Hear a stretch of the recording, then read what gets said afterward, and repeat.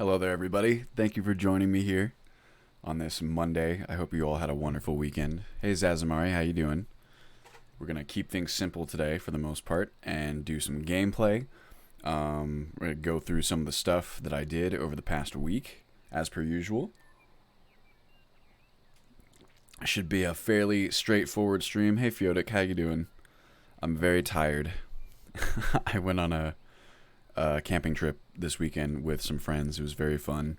I'm pretty zonked, although I will say I was lucky enough to get a nice night's sleep last night, so I'm all primed and ready for the day, just a little bit winded. We went up to Lone Pine, if any of you guys are familiar with that area in California. It is absolutely gorgeous. It is basically a valley in between two mountain ranges, one of which are the Sierra Nevadas. It's near Mount Whitney. If you're curious, Zazamari, I have a modding question and figure you're the best person to ask if you don't mind. Sure. Go ahead, Zazamari, shoot. I have something exciting to show you guys too. The fate of the tanning rack, which is something that's been going around on our Discord channel. If you guys have circulated there, you have seen that everyone is up in arms about what happened to the tanning rack because the admins and I have been cheeky and just keep posting RIP tanning rack. So I'll show you what's up with that right now. Well, first, okay. Zazamari, what is your modding question? I'll get to that first, because as you guys know, I have a tendency to distract myself or to become easily distracted. We do in the meantime. I'm a little bit peckish. Actually, my character's quite hungry. I have some food. Our boy Zelt here. Miss this man. Elbray Sabercat, I want to hold on to that. Some cooked salmon. Rabbit mushroom stew is also decent. Really, I got a lot of good stuff here. I can go ahead and eat to my heart's content and not really have to worry. Take a drink from the nearby water. I don't think I have any water skins. Oh, whoops. Well, now I can refill my water bottle. I'm really hydrated now. Empty bottle. Delicious. Let's see, I don't typically see that bottle being used. Bottled water received. Boom. Let's see here, Fiodik. Have to say that new interior lighting plus dungeon darkness is so good for playing melee sneak now. Great job, guys. Thank you very much, Fiodik. I agree with you. I think it's very fun. I think the idea of dynamically lit dungeons is so rad. I think it's one of the coolest things that currently exists in the installation from a gameplay standpoint. Gameplay and immersion. The gameplay, obviously, because you can turn light sources on and off at will, which has a million different applications. And immersion because you no longer end up in Draugr ruins with lit braziers that have been haven't been disturbed for thousands of years. There's no reason why anything should be lit in there, so I like that. And you have areas of ruins that are properly lit, caves and ruins, because they are currently inhabited by humanoid creatures that need light in order to see. Zazamari, so I'm making a mod pack similar to yours, but for SSE, and obviously I'm dealing with conflicts. One in particular I would like to fix for the experience of working more with the game. The building that Sophia wakes up in has been modified, and so she wakes up in an object. I'd like to write a small mod to adjust her starting position height. How would I go about doing this? So what you are looking at there, at least in the majority of cases, there are always extenuating circumstances. And this, I'll tell you right now, when it comes to where characters are placed within cells, this is not something I'm incredibly well versed in, so take everything I tell you with a grain of salt and double check it to make sure I'm not giving you misinformation. But most everything in the game, and I believe this also applies to NPCs of any kind, are placed into the world through references, and references have a specific coordinate associated with them. They have X, Y, and Z coordinates specifically that will tell you where to put them, how high up they're supposed to be. So if you find, Sophia. So if you go to Sophia's base record, which is because here, this will actually give you a good example too of what I'm talking about, the difference between a base record and a reference ID, or base ID and reference ID. So this crate, for example, you can see the base ID, the form ID is 33016B96. So that is the core object as defined within the engine, and the ID above it, FF0012BD, that is the reference ID. So the top one, the reference ID, specifically refers to this singular instance of the crate as it's placed in the world right here in Riverwood, as opposed to the general abstraction or template of the crate, if you will, which is the base ID. So what you're going to want to do is find Sophia's base ID, whatever the second number is there, and you're going to use the referenced by tab in Xedit to identify the reference record where she's placed in the world. You click that, it should have X, Y, and Z coordinates if it works like every other reference record. That's the part where I'm not sure 100% because sometimes, things are different, but it should work that way. So if you find her reference record, you see the coordinates as where she's placed, you can change it that way. I also believe, now my advice is almost entirely contingent on using Xedit to accomplish this task. This might be something that's better suited for the creation kit, actually, because the creation kit gives you one of the biggest advantages of the creation kit over Xedit.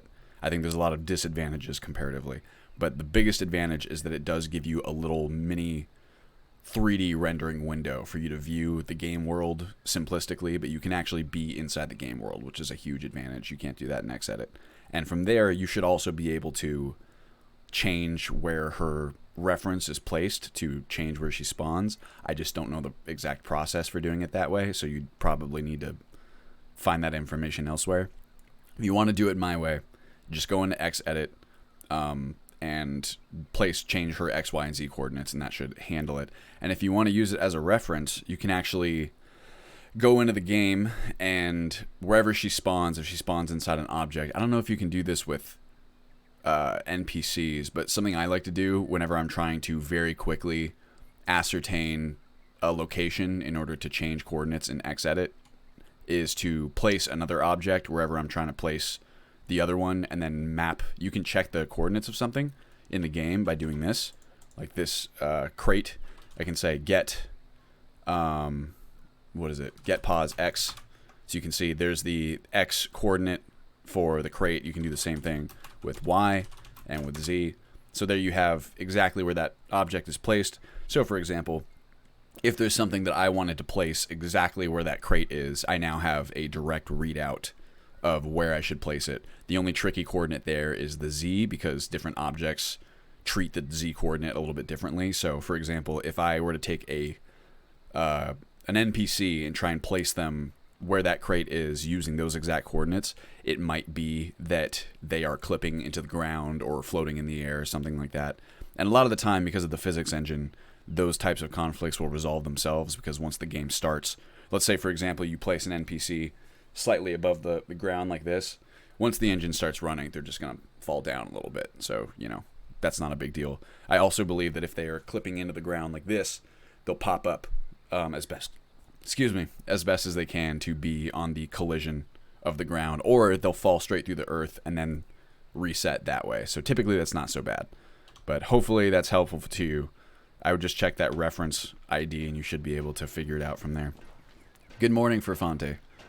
Feodic says, I have played all recent development updates, and one thing I missed is protection of equipped items when using Smelter. This is so good thing to have. All these small things make a real difference. I'm glad you feel that way, Feodic. I definitely do, and I think that, I cannot remember his name right off the bat, but the creator of the PRU FEI system, that's the protected favorited items that adds that functionality, he is a champion. He created that entire system. It's like a series of 6 conditions that are just well designed. They cover any instance of having an item you can think of, and just prevents you from breaking them down at a smelter if you either have the item equipped or you have the item favorited.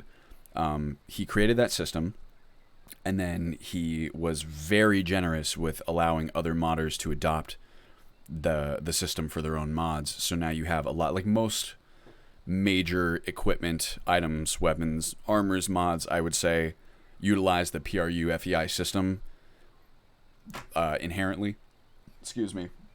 And it's just really nice, because then you don't accidentally break stuff down that you're wearing or that you like. It's a very simple system. It works really well, like the best systems do. It's just really nice. And it's really also not a tremendous task to apply the system to mods that don't use it by default, which is what I've been doing, which is what Fiodik is talking about, for those of you who don't know. Zazamari says, poop, yeah, I wanted to adjust several things and put it all in a patch for other people to save them work. But yeah, CK work is more complex. The only thing I found was to load my mods as masters that are conflicting and then create a new mod that depends on those masters and make my adjustments. I just wondered if you had gone through that before. So that's one of the reasons why the CK is not my preferred tool, Zazamari, is that I'm sure that if I learned the specifics, this would be less confusing. But I've never been 100% certain as to how plugins need to be loaded and how it handles masters and dependencies and things like that.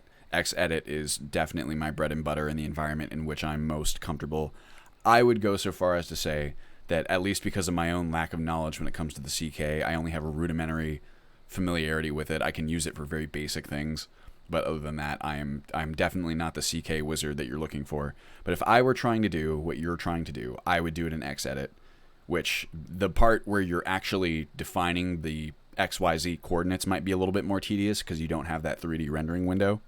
But it's extremely easy from within Xedit to do exactly what you're talking about, where you're trying to create a patch for other people to use.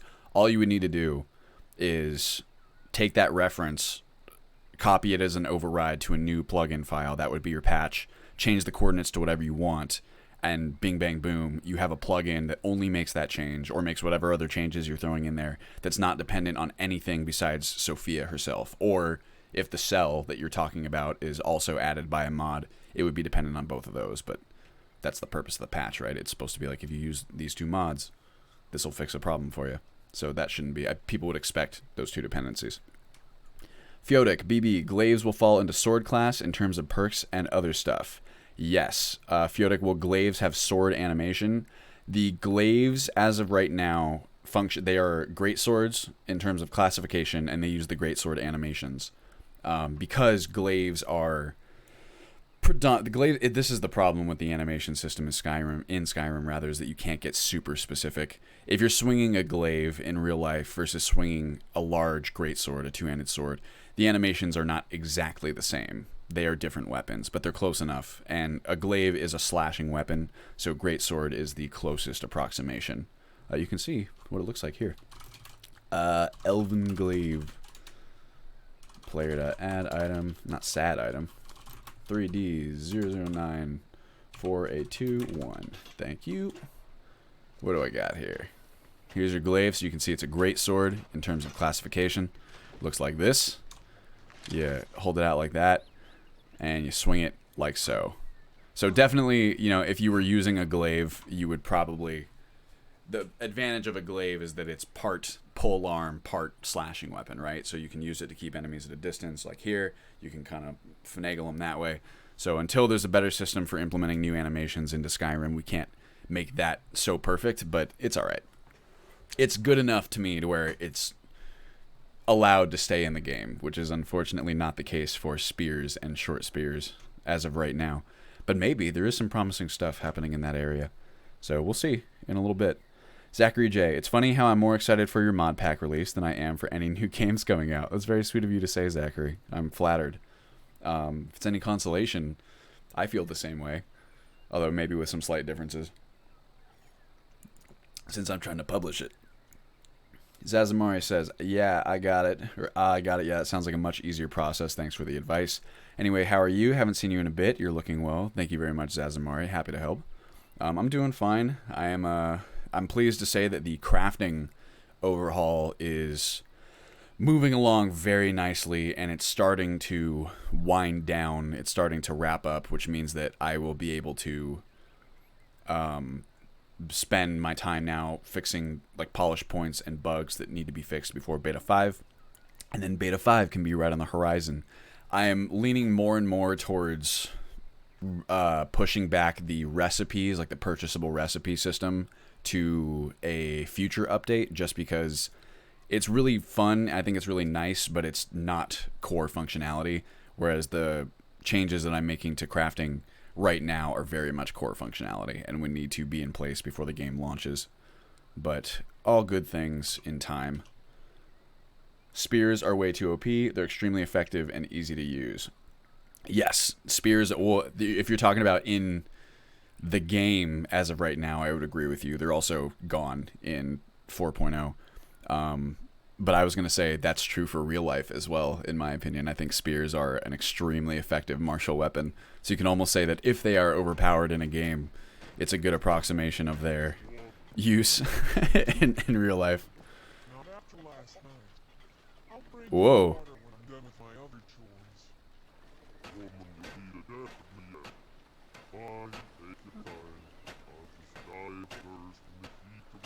Oh my gosh. I haven't heard that dialogue sequence in quite a while. That's cute. Last question regarding glaives. Have you tweaked the range somehow? Blocking works too. Blueprints is #1 feature for me for sure. So the blocking definitely works with glaives. You can block just like with anything else. The range, I can't remember what they're set to by default, but they're not like tremendously overpowered, and they can always be tweaked. That's easy to do. Spears are OP IRL too. Yeah, that's what I'm saying for sure. Also, Fiotic, the blueprint system, it's a toss-up. It's a toss-up of how long it'll take, because I also am very excited about that system and the impact that I think it'll have across the entire game is very large. And for that reason, I think that it's if not #1 priority for a follow-up update, it's #2. And it wouldn't surprise me if I decide it's #1. Just because it goes so much further than weapons and armors, even. It goes into survival gear, it affects furniture recipes, it affects cooking recipes. So there's a lot of potential for depth there, and I would like to get that in there. It might actually end up that I decide I'm not comfortable with shipping the crafting overhaul without those recipes in there. Well, I'll just have to wait and see. I can't definitively say yes or no right now. So yeah, at least in Morrowind, you just had... What, is the sound really deep? Anyways, at least in Morrowind, you had a chance to miss. I'm not quite following that other comment, Shadow Shane. Says Amari, I've actually taken a note from you, BB, in this process, or rather a notebook. Got a little notebook with reference IDs in them and what mods are conflicting. It's a good idea, I think, Zazamari, or at least it's the simple system that I use, but sometimes simple is better. Anyway, without further ado, I'll show you guys what happened to the tanning racks. You'll be able to see here. There are no more tanning racks. There are these little... Oh, this is actually a different one. It uses the same model, though. Those are going to be gone after a fashion. Check this out. This is the crafting table. And as of right now, this little station right here, the crafting table, has fully replaced the tanning rack in all areas of the game. The way that it works. Yeah, RIP tanning rack. Here's what happened, and here's why we've been saying that. So yeah, this is... It seems like kind of a big change just to remove one of the fundamental crafting stations in Skyrim. But functionally, not that much has changed. I'll kind of show you what I mean. So if you guys remember... one of the primary goals of the crafting overhaul, if not the primary goal, was to go over all the recipes and adjust the crafting stations that you craft certain recipes at to give each crafting station a very clear and distinct and easily understandable role within the crafting ecosystem. One of the dialogue sounded weirdly deep for that exchange. Elcor deep. Weird, really? Because it sounded normal to me. That's interesting. I wonder what's going on there. Do the other sounds sound normal? Interesting. I want to go back and play. I miss Elcors, man. I miss Mass Effect in general. Anyway, so the purpose of the crafting overhaul primarily... Oh, here. I'm thinking of making some apple cabbage stew. Are you trying to starve the child? She needs to learn to eat what I serve her. I swear you spoiled that child rotten. Besides, it's one of your favorites. I suppose it won't hurt to go to eat of this box. And speaking of spoiling Dorothy, who made her a new doll last week? Just never learned about that. They're cute. Dude, Skyrim is so much cuter than people give it credit for, and I count myself in that crowd. Anyway, I'll pause this so that I don't continually keep getting distracted. And tell me if those voice lines were deep right there, too, because I'm curious. Deep and jittery, a bit like the Combines from Half-Life 2. That is so strange, because it sounds totally normal on my end. I wonder why that would be. That'll be a problem for later if I'm recording for the Season 2, the Let's Play, but I also use a different process for that, so maybe it won't be a problem. I'll keep it in mind, though. Anyway, so primary goal of the crafting overhaul was to overhaul the crafting stations so that each one of them has a clear and defined purpose, right?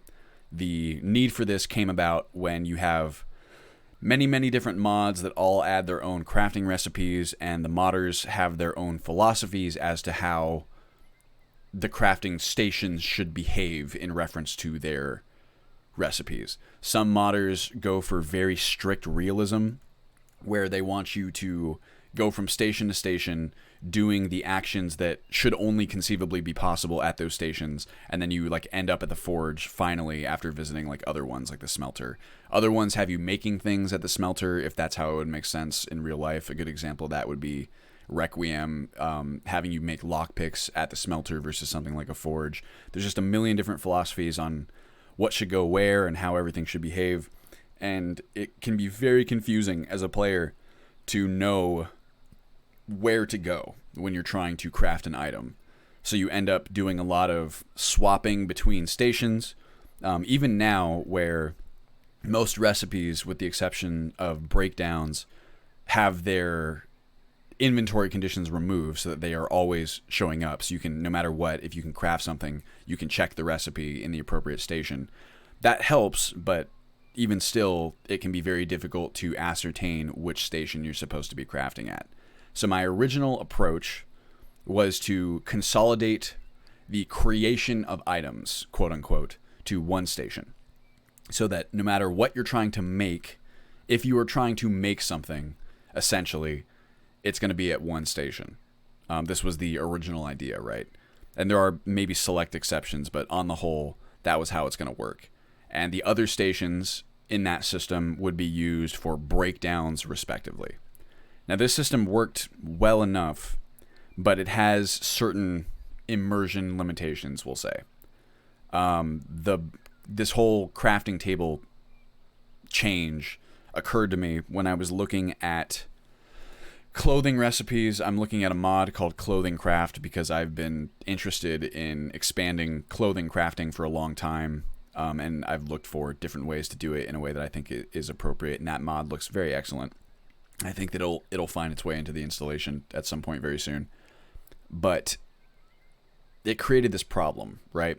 Where when you're creating clothing in this mod, and there's also recipes that work just like this in the game already, you have to craft a bunch of complex ingredients that in and of themselves have to be combined into a finished product, right?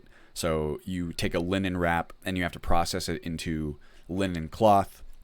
You have to take that linen cloth, combine it with a dye, and once you have that dyed cloth, then you combine it with another material to end up with your finished robes, we'll say.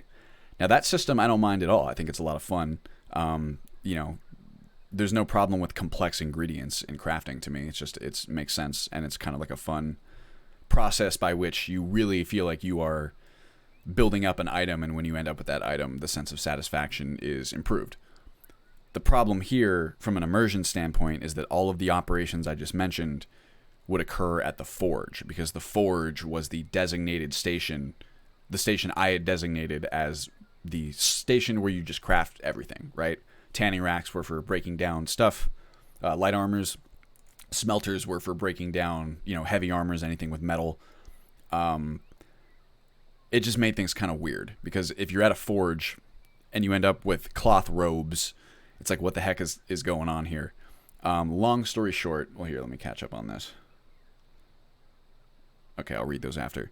Long story short, I thought about it for a long time, and I tried to theory craft a system that would maintain the simplicity and clarity and ease of use of the system that I was already building, but in a way that would also maintain immersion and make it believable that the things that you're crafting at the station you're using could actually be crafted at that station, right? This also occurred to me when I was creating recipes for like backpacks, alternate recipes for backpacks and stuff, and same thing, you would have like fur backpacks that you create from hide lace and leather plates and fur plates, and you're at a forge and you're making that, which is just, it's kind of weird, right? So, the solution that I came up with, which I think is pretty serviceable and like a decent solution to this, is the crafting table. And the way that the crafting table works, it's very similar to Minecraft. If you guys have ever played Minecraft, you will feel right at home with this system. Essentially, the way that it works, in the context of all the other stations, is that if you are making something, you use the crafting table. If you are making something that involves metal, like heating up metal, smelting down metal, you're going to use the forge and the smelter. It's almost exactly the same, honestly, as it is in Minecraft. So if you are breaking down leather or breaking down pelts into leather or fur plates or hide lace, you're at the crafting table. If you are fashioning a fur backpack, if you're fashioning fur armors, you're at the crafting table. If you are breaking down linen wrap into linen cloth, or creating silk from spider stuff, it's at the crafting table. Everything that you would ever conceivably make that would require some amount of little crafting tools, or just anything that you couldn't just build yourself like with your hands, is going to be at the crafting table, unless that thing involves smelting down an ingot or heating up and shaping an ingot. All that stuff is still at the forge and the smelter. So you can think about it. If you've played Minecraft, once again, you will feel right at home in this system. You can essentially look at it analogically as the crafting table in Minecraft and the smelter, or the furnace rather, in Minecraft. It works very similarly. And I think that it is a significant improvement on the current system and the previous system. Just because, like, tanning racks in and of themselves were kind of a cool idea, and I think this is why so many modders have you building stuff at the tanning rack, is because there's so many items and so many recipes that conceivably would not require a blacksmith's forge. You don't need heated coals, you don't need an anvil, you're not shaping metal. And for things that you're not shaping metal in, there really shouldn't be any need to use a forge. The problem is that a tanning rack, in terms of immersion, it's just 2 sticks and a couple hide laces that hold a pelt into place. You theoretically shouldn't be able to make anything at a tanning rack either. So this, I think, kind of solves that problem. The other cool thing about the crafting tables is that you will be able to craft them yourself anywhere you like, as long as you have like the craftsmanship perk. And the way that you'll craft them is by, it's like firewood and this other item that I'm still putting together at this moment. I need the model for it, so it's not implemented in the game yet. But if you want to create your own crafting table to place wherever you want, just like you can in Minecraft, you will need like some firewood and maybe a couple other things, but you'll need this one item that is essentially, I think I'm going to call it like crafting tools or something like that. And it's just a basket of generic crafting tools and equipment, things like a little hammer and like a cute little pair of scissors and like a, what's it called? Spools and why can I not think of, just like a sewing needle, just things like that conceivably would allow you to make all of these things that are now assigned to the crafting table, if that makes sense. You can see here too that the model, this is not the crafting table, but it uses the same model.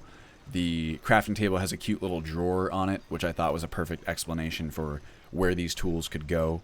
So all of that stuff ostensibly explains in-universe why you are able to process pelts, for example, at the crafting table, and also sew together cloth, or also, fasten hide laces and secure them at this table. So that's essentially how it works, if any of you guys are curious. So what did I miss here? Dahinju, hey BB, for the MCM menus, would it be useful to implement FIS to all mods in the US installation so that players don't have to redo them every time? I was able to make it work for one mod in particular and was thinking about applying the same thing to all mods if possible. Yes, that would be very useful, Dahinju, and I would be very grateful to you, because automating the MCM installation is something that, my God, has just been a major need for a long time. I just don't have the familiarity or the time to sit down and do it. Zazamari +1. I mean, if I knew how to do it, I would take the time, but I would also have to take the time to learn how. That would be another very high priority change. +1 for FIS. It has some limitations, but it could save us a lot of time, especially for friggin' placing UI items. God, that's such a pain in the ass on ultra widescreen, I'm sure. And also, well, I mean, that kind of summarizes it. Long story short, that would be an excellent feature, Danju. I was thinking it would be really useful for players who are interested in DID playthroughs especially. Oh, absolutely. Hi, Sacroletius. How you doing? Shadow Shane says Loom. So that clothing craft mod that I was talking about does kind of try to add in. It doesn't add a loom. It adds a spinning wheel. I think they might be the same thing. I'm not a clothing crafter myself in real life, so I couldn't tell you. And I was thinking about that in reference to like tanning racks and stuff too, where you can make the argument that clothing cannot be spun into like linen or silk cloth and whatever without a loom, and you can make the argument that without a tanning rack, you could not create pelts through the process that we know in real life, right?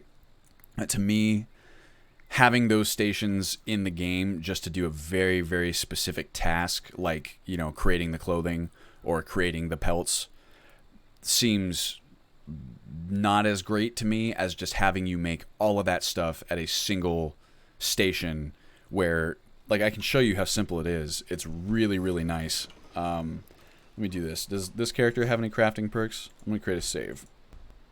Also, I will have to disable this man here because otherwise he'll get mad at me. Because that's the other cool thing about the crafting table in the system is that I've configured it so that NPCs can use these tables in their sandboxing AI. So you'll see our man Alvor or whoever else will still go up and use the crafting table. It's got the proper animations assigned to it. So it's very naturally integrated within the world. It really was not that tough to do. But we'll see this. Skills, and we'll go smithing. Got 10. Player.advanced skill smithing 1,000. Let's say. Is that enough to level me up? Evidently not. Another one? Oh, because I don't have sleep to gain experience. Oh no, there it goes. Come on, baby. One more. Here we go. Not enough. Here we go. There it is. Interesting how the bar has a different animation for when it knows that you're going to level up. It's kind of a nice. It's like they slow it down so that you get that little bit of anticipation where you're like, am I going to level up? Yes. I increase my health. So if you see this craftsmanship perk, I take this. And here, let's disable our man. Sorry, Alvor. See you later. That's pretty good. So use the crafting table. Now, hopefully his wife is not in the faction. Otherwise, she'll come get mad at me. So you can see there's just, like, this is not the finalized list of recipes by any means, because since making this change, there's a few different things that need to be kind of moved around. But you can see here that all of your fur plate and things like that are craftable at the same station as the things that you want to craft with them. So if I go like this, for example, let's give me, go help, bear pelt. Player.add item. Just give me like a bunch of cave bear pelts. That'll do just fine. And we'll even say 10, just for the sake of simplicity and so I don't run out. So you can see from that single item, the cave bear pelt, I can process it into fur plate or leather. Do fur plate and leather. I can create leather strips. I can create hide lace. So you can see a million options that just opened up.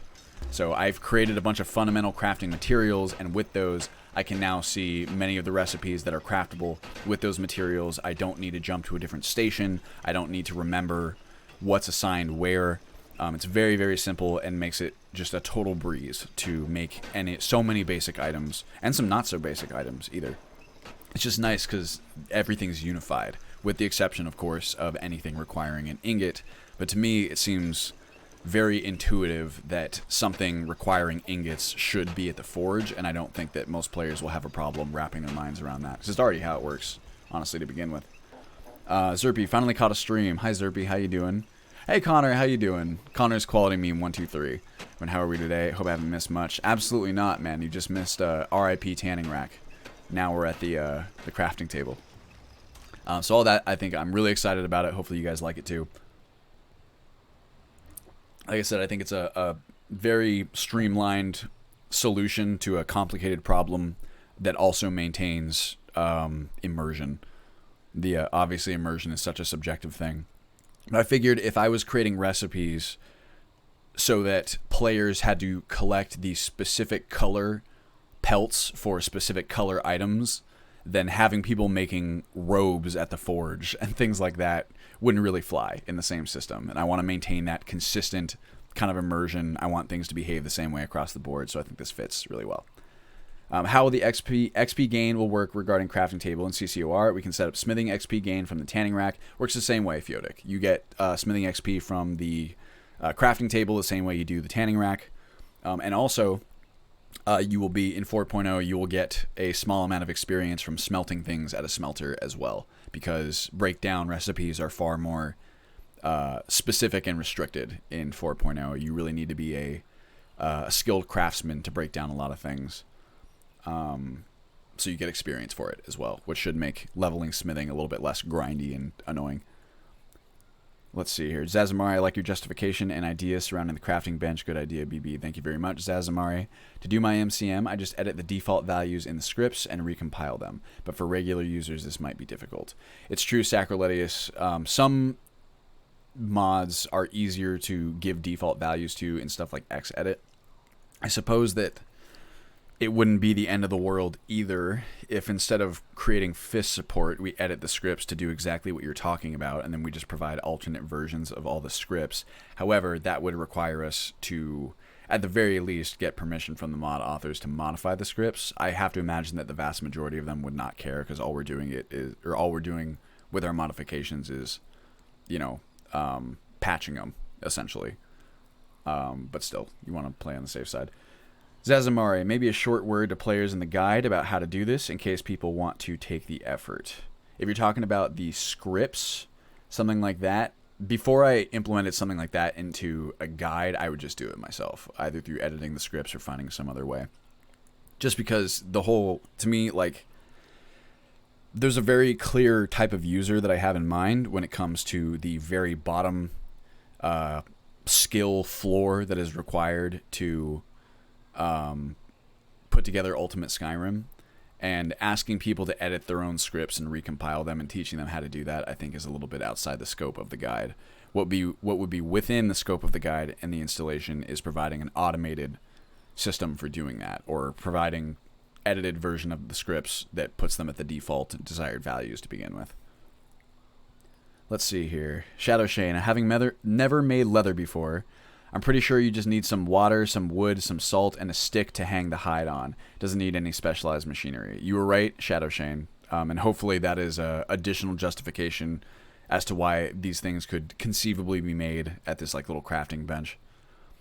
Great work, BB. Quality memes, that's where the tanning rack went. The memes on Discord went right over my head. To be fair, Connor, they went right over everyone's head, because the fun of the meme was that none of us had any idea what we were talking about, or no one had any idea what they were talking about except for admin team. Zazamari, speaking of the guide, there's so many changes now that a new player may be overwhelmed about how to do things. Any plans on writing a small guide as an introduction to US, maybe like a series of notes for how to use different systems? There is no plan to create a small guide as an introduction to US. There is a plan to create a comprehensive and high production quality series of videos that will give you tons of information on Ultimate Skyrim, on all the changes and how things work now. Essentially, I can tell you guys this, since it's subject to change, as always, as with anything that I make and we make. My plan for right now, along with the drop of 4.0, is for post 4.0 video production, and as of right now, I have kind of 4 categories of videos that I'll be producing. The first is the Ultimate Skyrim Let's Play, which you guys are familiar with. It's just like Season 1. Although it'll have some pretty cool changes, I think, in terms of the actual content. But it's a Let's Play series, so it's analogous to Season 1. The other category will be the Ultimate Skyrim Boot Camp, is the best name I've come up with so far. That's obviously subject to change as well. But that is your series of instructional videos that teach you all the different kinds of stuff that you'd want to know about the game. It teaches you what's different. It teaches you how to do basic things, anything from basic player survival guide to advanced techniques for mid and late game characters, build ideas for what to do when you were at a certain strength in the game. Videos, you could have a video being like, here's what cities are and all the different, services and resources that a town or a city offers you that you can take advantage of. Reasons why you would want to use those or live in the wilderness. Just anything that you can think of that's like gameplay guides would fall into the boot camp. The third category is dev diaries. This one's a little bit less formed as an idea, but essentially I wanted to do development diaries that are almost like these streams where it's just me talking about how, like, it can be something like, all right, let's talk about replayability. Here's the mods in the lineup that add to replayability. Here's what I think about them and why I think they're so awesome and why I put them in the thing. Here's whatever changes we made, but here's like the ways that replayability is enhanced, or just stuff like that, talking about the creation of the installation from behind the scenes for anyone who's interested in, the technical side of building it versus the gameplay side of experiencing it. And then the fourth category would be modding tutorials, and these are essentially almost separate from Ultimate Skyrim in general. But these are just modding tutorials that would be me going through things that I've learned how to do. I am far from an expert in a million different things, but I have a decent level of knowledge in quite a few things, just as you do from putting together a large modded installation that covers a lot of different bases. So modding tutorials that just cover that stuff, anything from conflict resolution, patching, to just going through different types of records I've thought about and talking about what each field means and why you'd need to change it or how to change it. Little tips and tricks that I've learned for doing stuff in Xedit that people might not be aware of. Just things like that. So to answer the question fully, there's no plans for small scale written guides. There are big plans for large scale video tutorials and gameplay and just a million different things, because it's easy to forget sometimes. I forget this constantly myself, but video production is also a big part of the Ultimate Skyrim project and the stuff that I do. I haven't gotten to do a whole lot of it lately because of development, but that's okay. I'll also be working very hard to adjust, I've talked about this in previous streams as well, to adjust my project management and organization to allow simultaneous development and video production, because I don't want to create a cycle where I'm constantly going, it's like, all right, this is development time, this is video production time, this is development time. To me, the two sides should kind of coexist alongside each other and progress in parallel, because that, I think, improves the quality of both. It's just a matter of figuring out how to allocate time and effort and resources into that structure versus like an alternating structure. Let's see. About turning gold into gold ingots at high levels, this can be exploited and turned into an infinite loop of gold and smithing XP. So all gold into gold ingots recipes have already been disabled. Sacrilegious. There is no such thing in the game, specifically to plug that little exploitable loophole. Sacrilegious, that would be easier on an individual scale, but would require everyone to know how to uncompress BSA file. We're talking about editing the scripts. To get script files and convert PEX files to PSC files, there aren't source files. Yes, all that stuff is, I am not comfortable asking users to do any of that. It's a little bit beyond the pale. I would rather have them just do what they're doing now, where they configure their MCM settings according to a guide, if the choice is between the two. But if there's a third choice where we can automate the process, God knows I'm all about that, because who wants to fucking finagle with your MCMs all day long? Not me. Peon the Great. Hello, peeps. Finally made a stream live. Hello, Peon. Thank you for joining us. What's this, BB? You're actually going to play the mod pack you created. It is shocking, is it not?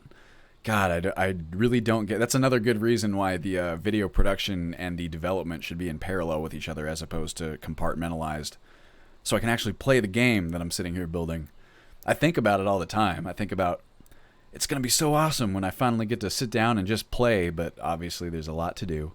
And playtesting is something that's coming up really fast, and we've gotten a lot of playtesting data from other users, but I need to playtest myself as well to figure out little points of polish and little things that can be improved and fixed before the public release.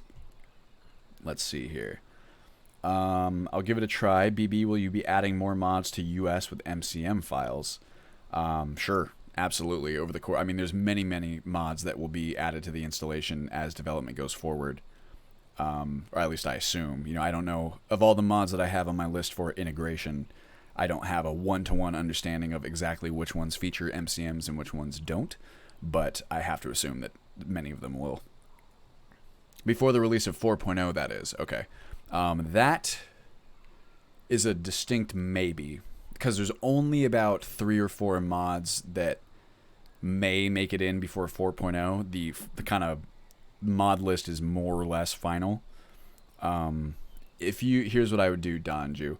If you message me on Reddit or Discord, then I can just update you if and when I add a mod before 4.0 that contains an MCM. I think that would be the simplest way to do it. Peon the Great. Hey BB, we talked a little bit a while ago on YouTube about this. Would you be open to making Skyrim Unbound an optional mod for people who enjoy the vanilla start? Yeah, I'm still... It's even though Unbound is amazing, I must add. As we said in that thread, Peon, I definitely would be amenable to it. It's not exactly a high priority tweak for me, just because Skyrim Unbound is already in there and performs really well. It would also not be a particularly difficult change, I don't think. That's why I suggested it in the first place. It wouldn't be tremendously hard to take the edits from Skyrim Unbound and make them, at least I don't think it would be a tremendously difficult task to make them optional. But we'll see. Like I said, it's I'll add it to the list. In fact, you know what? Let me write that down because I'm not sure if I did, or here's what I'll do. Where's my phone? There it is. So I have, as you guys know, a gigantic list of tasks that need to be done, that needs to be organized. Go here. I'll go master to-do list. I can search it, because I feel like I might have written that down. Anyway. Connor says, I know this is way off the ball, but I can't help but think it's crazy that this is happening right now live from the other side of the world. It's fascinating. You can probably tell I don't get on Twitch much. Honestly, Connor, it's still quite the novelty for me too. I'm not much of a streamer. I don't spend a lot of time on Twitch watching streams either.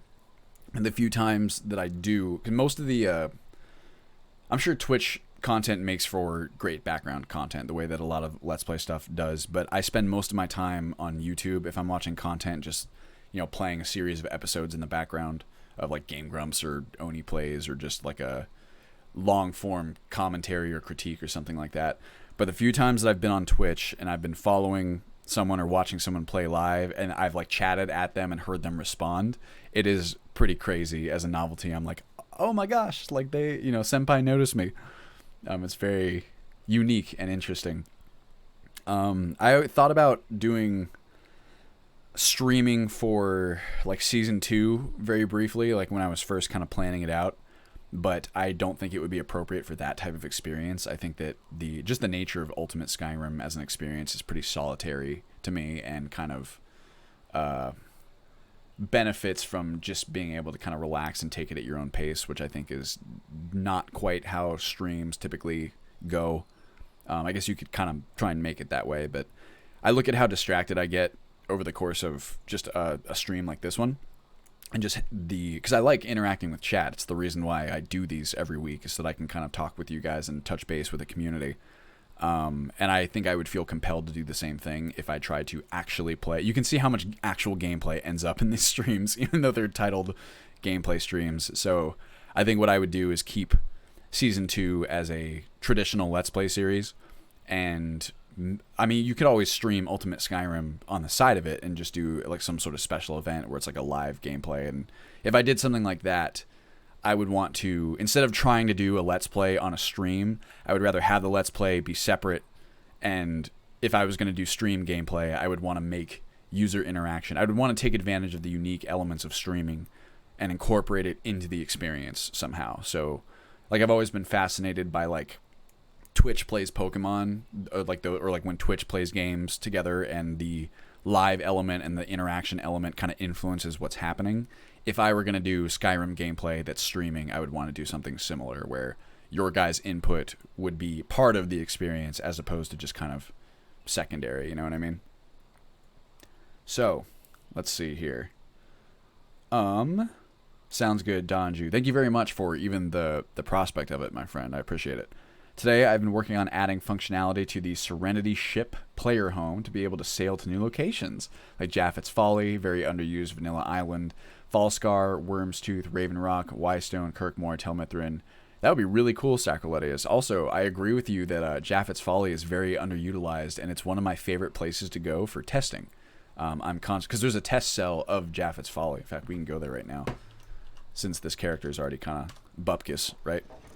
Also, look at this gross-ass orange shader from Bathing in Skyrim. My character's so dirty.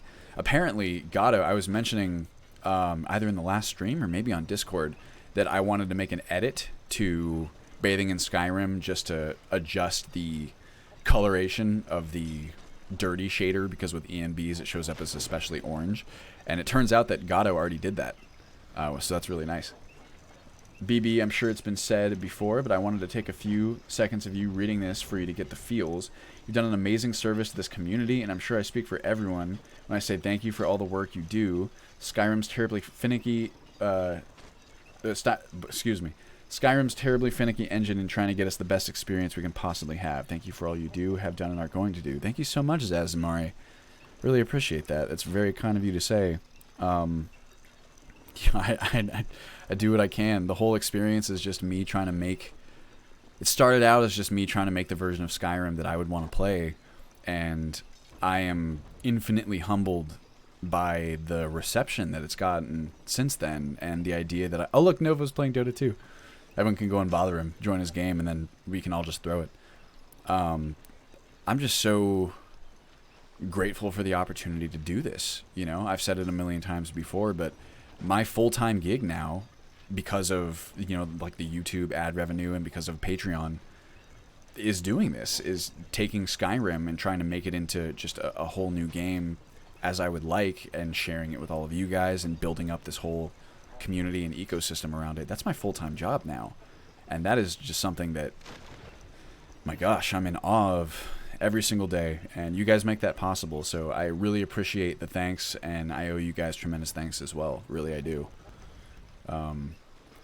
I hope that we can continue to have this very mutually beneficial ecosystem, you know? It's like any entertainment product, I guess. There has to be that relationship, I suppose, for the health of something to continue existing. It's like the interaction between the creator and the people who consume it, and then there's like, it's so interesting too with mods in general, and how that line is so blurred over time, because you have just, it's like when you can edit a game however you like, right? Like as per Bethesda's rules, the consumers become the creators, and that's so interesting. Well, it's neither here nor there. Long story short, Zazamari, I really appreciate the kind words, and to all of you guys who arrowed up the message, and to everyone, the silent lurkers, everybody, every single one of you guys makes this installation possible, and I cannot express my appreciation enough. I found the voice actor of Rumarin streaming on Twitch. Rumarin, maybe is the way to pronounce that. That was a funny experience. That would be. That would sound so strange. Ooh. Connor, now port everything to SSE so we can stop fighting with Uldren's limitations. Dude. One day, I don't think it's that far off, to be honest. Honestly, making this mod pack SSE is so much more forgiving on mods. It's made this process super easy for the most part. Relatively crash-free. I, honestly, if I had to guess, and this is very... Oh, also, I'm going to go to Jaffet's Folly test cell. Excuse me. If I had to guess, I don't think that an SSE version is outside the realm of possibility. I think that, obviously, it all hinges on an official version of Requiem being published for SSE, at least at this current time. That's what it hinges on. But I think it's possible, and I wouldn't even call it unlikely. So we'll see. It's always floating in the back of my mind, because God knows I want to take advantage of the increased stability and the just every part of SSE that improves on Uldren's engine in all the ways that it does. And just, you know, if you have a newer version of an engine that is almost entirely objectively superior. Of course, it's kind of a bummer to have to stick with the old system for reasons. Let's see here. Connor says, have you heard or seen or heard of Skyrim Together, BB? Not necessarily asking in regards to Ultimate Skyrim compatibility, just looking for your general thoughts if you come across it. I absolutely have heard of Skyrim Together, Connor, and it's something that I do follow because the idea, like my whole goal, right, with this entire project, is to expand the scope of the whole thing to make it this just really unique experience that you can't get anywhere. And so we try so hard to make the single player experience super fucking cool, right? It's super awesome exploration survival sim. And the idea of taking that experience and adding a multiplayer mode where you can explore with a friend, to me, just, it seems like a natural extension of the sort of things you'd want to do once you have the baseline experience in place. You know what I mean? I think that playing alone is tremendously fun and has that feeling of isolation that you get as like a lone adventurer in this world, or an adventurer with your companion character. I think it's wonderful and it's its own special experience in and of itself. But if you could play this experience with a friend online in multiplayer, my God, that just, it's like the fucking, for lack of a better term, it seems like the ultimate experience, the ultimate multiplayer experience. To me, I mean, in terms of the sort of experiences that I'm interested in, having something with such mechanical depth that you get to share with a friend and play online just seems so fucking cool. And I would absolutely love to do it. That it's just a very, very tough prospect as to actually making it happen. But it's something that's always in the back of my mind. And I've spoken, actually, I think, with the... if not the lead developer behind Skyrim Together, or it's like I commented on one of the videos one time just talking about how amazing I thought the concept of Skyrim Together was. And he mentioned something about Ultimate Skyrim, and we talked about how cool it would be if we could one day make the two things work together. So we'll see. I don't know. That would be very fucking awesome. Zazamari, honestly, making this mod pack SSE... Oh, I just read that one. Belmont Boy, what is your favorite kind of play style in Skyrim? It's hard to say. I mean, also Mad Villain, like we said before. I play Skyrim so much less than maybe your average really into it player. But I would say my favorite play style is... I don't know. It changes. It shifts over time. Right now, I'm very partial to hybrid builds, specifically like sword and board characters. I've been enjoying shields quite a lot lately, just sword and shield. Along with some sort of magical enhancement, especially with spell sword, just because I've never been fantastic at casting spells and just magical gameplay in Requiem. I'm trying to get better, but I find that spell sword really helps bridge that skill gap for me, and also bridges the character building gap between or for hybrid martial magical characters. So I would say, as of right now, that's kind of like my favorite build. Maybe enhancing like a sword and board light armor character with like a little bit of alteration and conjuration, or maybe even like alteration and illusion. I like throwing alteration in there for the survivability, because survivability is something that I focus on a lot in my characters. One day soon, I would like to go a little bit more glass cannon and create a character that is where the character concept is like singularly focused on dealing extreme amounts of damage, either burst or over time, very quickly, so as to, you know, just like a character based around the idea that the best defense is a good offense. So I find that, typically speaking, I play a little bit more conservatively than that. But hopefully that answers your question. Let's see. Hopefully, BB, by the time everything we need makes it to SSE, I will have become very well versed in the environment, and maybe we can collab on US for SSE. That would be really wonderful, Zazamari. We also have Runewolf, one of the members of the Ultimate Skyrim team, has been spending a lot of time on SSE and converting a lot of mods over to SSE for the community. So I think that'll be a really solid experiential basis for us to start to migrate. It makes me feel a lot better that there are people in the community and even within our own team who have that experience of working with SSE and moving things over to SSE, just so that we're not going in blind in the event that we actually decide to make that effort at some point.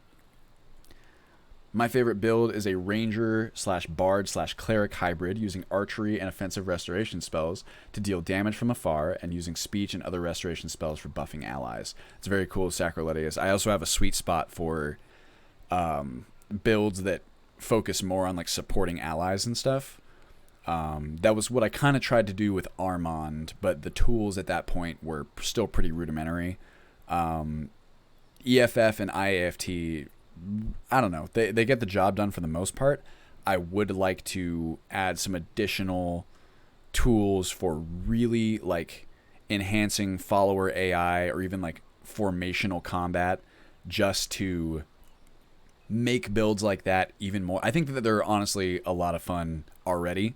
And I think that the AI, like I said, for the most part gets the job done. But I do think there's room to expand on it even further and make that playstyle even more enjoyable. So that, because there's lots of different ways for you to support your follower characters, right? Or to support other NPCs in combat in the game, even if they're not necessarily your followers. Even Hjolfred was kind of an example of that in the Battle for Whiterun, where her skills were very limiting in terms of her direct contribution to the dragons and the dragon fight, but she did have at least some ability to bolster and augment the combatants around her towards a common goal, and I think that was a very special experience for that reason, and for a couple others, of course. Sacriletius, Requiem made me fall in love with archery, especially with no crosshairs. I've been thinking of making a character like that for 4.0. I wish so. I love no crosshairs also, just because I'm a big fan of minimalist AIs in general, or UIs, not AIs.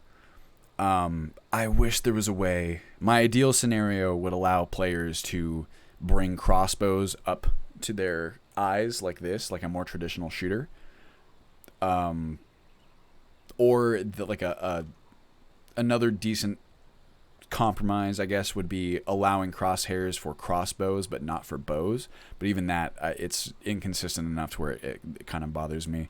I really wish that the default implementation of crossbows did not make it so difficult to adjust the animation and make something like aiming down sights possible, because crossbows are so cool and they occupy an important area of like archery gameplay, I think. And I think archery in general is so cool, and it's just such a shame that crossbows are the limiting factor on why I think that the crosshair still needs to exist, you know? Because it is totally possible to play a traditional bow archer without the crosshair, especially if you add in scoped bows. And then when you try and use a crossbow, it's fucking terrible. It's like a terrible experience trying to use a crossbow without crosshairs. So I don't know. Skyrim Together won't be compatible with SKSE at launch. With SKSE or with Special Edition? Because if not with SKSE, that's a pretty limiting factor. Connor says, I think you summed up Skyrim Together. Japheth's follow a test cell. Why are we going here again? Just because it's cool? Oh, duh. No. Go COC. And then we'll actually do some gameplay. How about that? Our poor character Zeltier has just been sitting here in the menus. I think you summed up Skyrim Together pretty much perfectly, BB, in regards to what I think as well. It's what I was hoping ESO would be. I kind of feel that way, Connor. And it's just, if the game is so much fun, it's a huge game. There's so much exploring and questing and adventuring to be done. It just seems to me like a natural extension to do that with a friend, I think maybe even one friend. You can imagine like a scenario. I don't know if Skyrim Together is planned to just be 2 players or if it's going to be like 4 players. The idea of a 4-player Skyrim experience sounds cool. I can imagine it also very quickly, as you add more and more players, becoming a little bit more wild of an experience and getting like a little bit not just because it's like if you add 2 characters in the game, I think it would be easier in a lot of ways. I think it would still be a very tough challenge in a lot of other ways. I think if you added in 4 characters, that's the point where you would really need to start including options for scaling up the difficulty of the game world. Otherwise, it would just be like a steamroll for all the content. If the 4 of you guys tried to take down like a bandit camp at level 1, for example, even in Requiem or Ultimate Skyrim, I think it would be very possible, just because the game is not built around having to handle multiple player characters, right? The AI wouldn't know how to compensate for that. Sacrilegious, my character, is the ultimate good guy and won't trap souls at all. In fact, he seeks out all filled soul gems and uses blessed magic to free the souls. How about that? Then he uses another spell to fill empty soul gems with radiant magicka from the sun instead. Wow. Yeah, he's a sun bro. Follower of Magnus, no auto-aim for archery. Zazamari, I imagine SKSE passing that data between the clients would probably be a bit of a challenge, especially since a lot of it will be latency sensitive. I can imagine you are correct, Zazamari. Even the idea of making Skyrim, like at the most baseline... Ow! See, good thing we turned on God mode. The idea of making SSE... Or sorry, any... Whoa, my God, that made me jump. Making Skyrim work out in multiplayer in general is that pretty crazy to me. So this is Japheth's Folly. For those of you guys who have never been here, it's involved in this quest to... it's like the East Empire Company quest in Windhelm. Spoilers. But it's super fucking cool, especially with the new weather effects and stuff. It doesn't always look like this, but I think this is really... Ow! Awesome.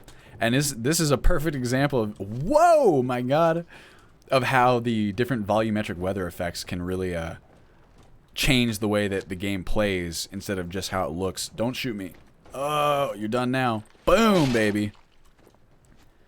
Like, it can be legitimately tough to spot enemies when they are actually concealed by volumetric fog. And this is not the way that you go in normally. Normally you sneak in through a different direction. But it's a cool little spot, and I think this might have been what Sacrilegious was getting at, but this island is like perfectly geared for a player home. And it's actually, in retrospect, kind of strange that it was not utilized in such a way. It's such a cool little cell, and it has its own world space, and it has a really cool design. It makes me wonder, because I've never actually looked, but I wonder if there's not like a mod to convert Japheth's Folly into like a player house of some kind, because that would be really cool. Whoa! Sorry, bud. Oh, I missed. Hello. You are a very scary man. If I were to face you IRL, I would run in the other direction. Whoa! Ow! Boom! Good thing we have God mode on. Hello. Oh, yeah? Ow. Oh, if I were playing this legitimately, I would be so dead, it's not even funny. Ow. Stop. Nuh-uh. Let's see here. I believe ST is planning on 64 player servers. Fucking Christ. I don't even know. That would be a totally different game. There's a Russian co-op mod which has been made in just a few months and works with SKSE and Sky UI. It's called Sky MP. I recently found some videos about it on YouTube. That's nuts, Sacrilegious. Because that's more what I have in mind. Not sure if appropriate stream question. Asked on Discord as well. Have you heard anyone on the beta having issues with horse inventories? Yes, I will tell you that right off the bat. As soon as I put 1 or 2 items in, can't add anything else, even if horse stats show carrying capacity over 200 and wearing a saddle. Trying to check TES5 edit, not sure if it's immersive horses. So what that is, Sherpa, is it absolutely is an issue, and you're not the only one who's experiencing it. I tried to overhaul horse inventories before Beta 4 so that their carry weight was more dependent on saddles alone, which still may be possible, but in order to accomplish that, in order to accomplish that, I reduced the baseline carry weight of horses to something like 25 or something like that, and apparently there's an engine limitation whereby the game does not understand that the horse inventory, the carry weight maximum is actually much higher when you're putting items in, it treats it as though the inventory maximum was 25. So you actually can put more items in there and utilize the carry weight as you should be able to. You just have to exit out of the menu every time the game thinks that the inventory has been maxed out, or at least that's been my experience. The long story short is that there's nothing wrong with your installation, and it's something that we need to fix. Let's see, are enemies just as accurate in the fog? I would say so, Shadow Shane. There's not any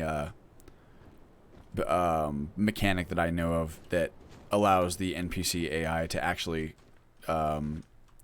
reduce accuracy in the fog.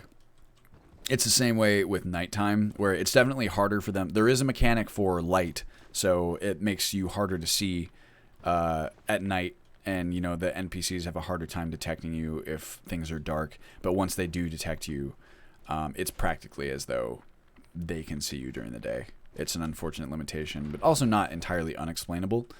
I think if you're an archer and you know where your enemy is, even if it's just kind of like a vague, like if it's dark, but you can still see somebody enough to where they're detected, you would be able to hit them. Because where the arrow goes is almost like muscle memory. But it would be nice if at some point we could reduce NPC accuracy based on a couple factors like that. Like even the light level. It doesn't seem like it'd be impossible. Anyway, this is Japheth's Folly. In fact, here, let's do this so you guys can really see what it looks like. Let's go up into the air. They sound like demons. What's that weapon you've got? This weapon is an elven glaive. Go 81A. So this is Japheth's Folly. It's like this cool fort with 2 towers. Those are the Imperial ships out in the bay that you arrive with. So you can see it's like a very interesting setup for like a player house, or even like a little player-owned keep. I think it has a lot of potential for that. Maybe there is like a mod out there that tries to do something like that. If there is, I just haven't heard of it.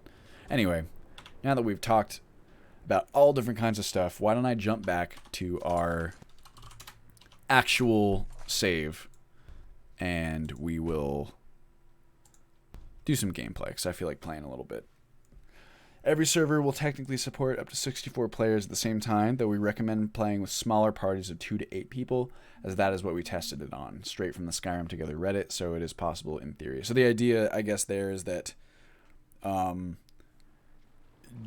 it can go up to 64, but whether or not you should is the question, I suppose there's no harm in making the maximum player count higher if you can, as long as it doesn't, affect any other functionality. But if it were a situation where, having 64 players possible on a server limits other functionality, I would definitely just defer to building the experience around 2 to 4 players, even 8 players. It might, for the novelty, it might be cool, but I can't imagine that Skyrim would be super enjoyable with 8 players, unless you specifically edited it to accommodate that experience, All right, so what were we doing? It's been a while. Sacrilegious, I PM'd you a link to SkyMP on Discord. Thank you very much, my friend. I appreciate it. I will check it out, because that sounds promising, and it sounds a little bit more in line with what I had imagined for a ultimate Skyrim multiplayer experience. Oh, that's right. So we just delivered some stuff to our boy Alvor, and we're just kicking it here in Riverwood. I say that we visit the trader really fast. What time is it? 10:15. It might be worthwhile to attempt to take down Ember Shard. That could be fun. One of us has to do something. Yeah. I know you guys are arguing about the Golden Claw. What have you got for sale, my guy? This is all fine. Oh, I have the Elven Glaive still. I'll have to drop that because I didn't technically have that. The Spellbinder Runic Boots I can sell because I don't need them. The Skooma I can sell because I don't want it. All of these things I would like. Ailbrace Sabercat, Bottled Water, all that stuff I would like to keep. Thank you very much. Introduction to Scale Armors I will not need. I will sell that. Bounty Bandits. Oh, cool. Look at this. That's not a model that I'm used to seeing. I wonder where that comes from. Oh, I meant to check to see if the Skyrim Unbound note was... Can I search? Let's see. Can I really not search in this Google Drive thing? There has to be a way. Explore. Find and replace. Here we go. Search for Unbound. And see what we got. No, I got that one. Just the one. All right, well, there you go. I'll make a note. I'm sorry. So this is, I don't know if this was ever strange for you guys, but so when you come in here, they're arguing, right, about the theft that happened the night before, and that's what explains why the Golden Claw is gone and why it's in Bleak Falls Barrow. They make all these comments about like cleaning up the store and how it's all disheveled because of, you know, the theft that happened the night before. And I never thought it looked like bad. Like, I'll even look around right now. I always just thought it looked like a normal store. It's very strange. Let's go Skyrim Unbound. Bound optional. And then did I want to check? Yeah, I want to check source of bandit letter of bandit model, or bounty model would be better to say, just in case, because if it's like Imperial Mail that's adding that functionality in there, and if I remove Imperial Mail as I kind of plan to, it'd be a real shame to miss out on something like that. So maybe we'll keep it in the installation just for the fancy models that it has. All right, let me see here. Let's see. What correction? SKSE and SkyUI do seem to be working with Skyrim together. Oh, why are the voices like that exactly? So all the voices are like that, huh? I don't know. I don't think that far ahead like Sacroletti is here. If you want a PM'd meme, though, I am your guy. I accept all memes and gameplay suggestions. Do I have anything else that I can sell that I do not need? Lockpick, small fur tent. Honestly, I think I'm going to get rid of this small fur tent because it weighs a lot and I'd rather have the room for loot. And I've not really had any problems so far with finding appropriate accommodations. So maybe one day. Maybe if I have a horse, then I can keep something like that. But otherwise, don't really need it, I'd say. And why don't we go to the edge of town? Why don't I eat? I don't believe that I added any good food, did I? See, I'm dirty. Resist disease. Gross. Generate stamina. Unencumbered. Restore stamina. Oh, I did. Rabbit mushroom stew. That's fine. I'll just keep... I don't want to overwrite that buff yet with something else. Might as well get the most out of it, you know? So here's what we're going to do. We are going to save the game. Because this is a streamed gameplay playthrough, and I am too lazy to actually make use of the death mechanics that we put in there. And then I'm going to come down here, and I don't remember what the bathing hotkey was set to. I might not have set it at all. We will check right now. Settings. Check bathe. Let's make it, I don't know, home for now. Just so we can do it. Right? Oh, damn it. Did I change the... Ugh.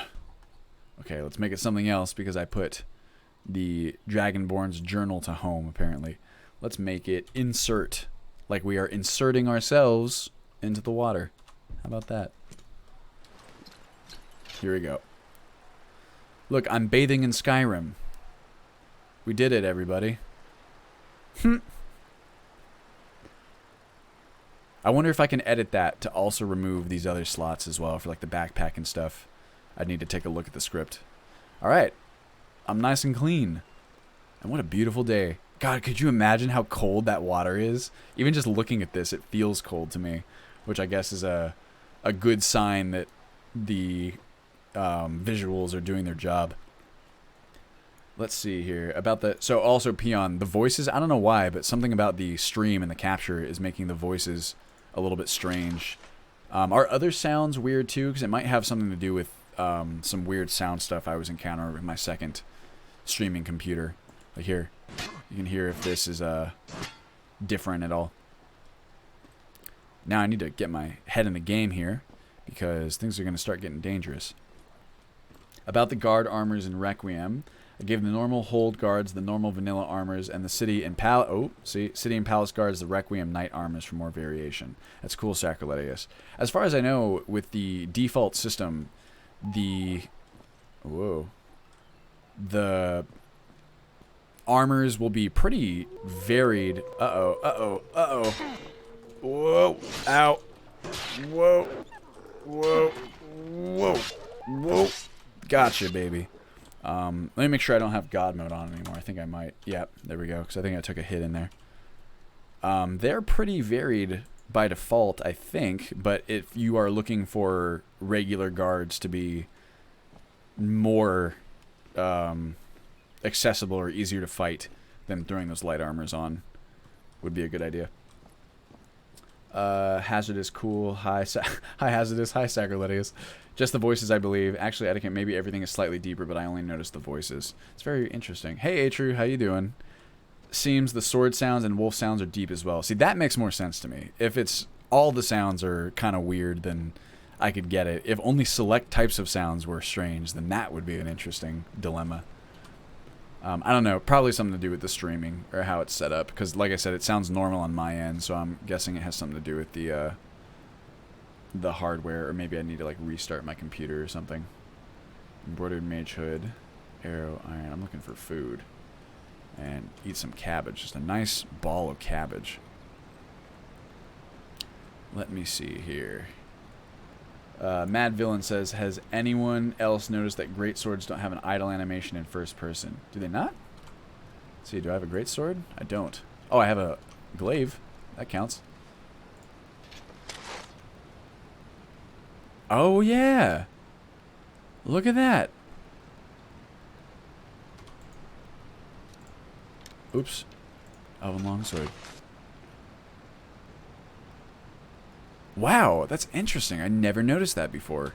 Good call. I'm going to have to see about that. Say first person. No idols. For great swords. You know, that's so funny that you mentioned that, Mad Villain, because, like, subconsciously, almost, I feel like I noticed it, you know? Like, there's just something that feels a little bit more static. Like, when I was holding the glaive, it felt a little bit more gamey. I see a mod that fixes that if you'd like a link. Oh, absolutely. So it's a default Skyrim problem, huh? Mod fix. Cool. Never used it, though, so I don't know how well it works. Well, I'm willing to test it, because that would be something I'd like to fix. Most definitely. Let's go 1 and 2. No, 1. And what is it, 3? How did I assign that? Elven Longsword, 3. Yes, 3. Ugh, I hate managing these from hotkeys. This is why we need Duncan's absolutely wonderful eye equip, right? Like that, right? And that's a boom, baby. You guys want to go and check out the famous view spot up here near the Standing Stones? It is so gorgeous. One of my favorite places in Skyrim. Oh. As you guys know, I have many of those. Hello. Don't do it. I'm gonna shoot you. Sorry, bud. Gotcha right in your face. He's gonna run away now. You're gonna have to go farther than that, my friend. This is something I would also very much like to fix. Sky Test's AI changes are really amazing, but one area that just bothers me endlessly is how wolves are supposed to flee, right? When they are hurt or when there's only one of them. They do a great job when there's only one of them of running away legitimately unless they find like another wolf with them. But if they're hurt and they flee from you, they only go like, 300 feet away, and then they just stop and then just turn around and they look at you. And that is as far as the AI goes. And to me, it doesn't do the job that it's supposed to do. Let's see, do I link it here on Discord? Do me a favor and send me a PM on Discord, because that way I have kind of like an annotated record of it. Mad Villain, I appreciate it. Do you think iEquip and other hotkey mods will make it in 4.0? Very unlikely that they'll make it to 4.0, Peon. Very likely. Oh, God. Jesus Christ. That scared the hell out of me. I heard his footsteps. Like this madman just coming down the hill. Maybe he's fleeing from a battle. It is very unlikely that they'll make it to 4.0. but it's very likely that they will make it to a future update. Peon. I actually linked dual wield parrying to a perk, so I need to invest in a perk to be able to block while dual wielding. That's pretty cool, Sacriletius. I like the idea. What's in here? In this knapsack. Septim, the 13th stone. Huh? This has the smell about it of something hand-placed.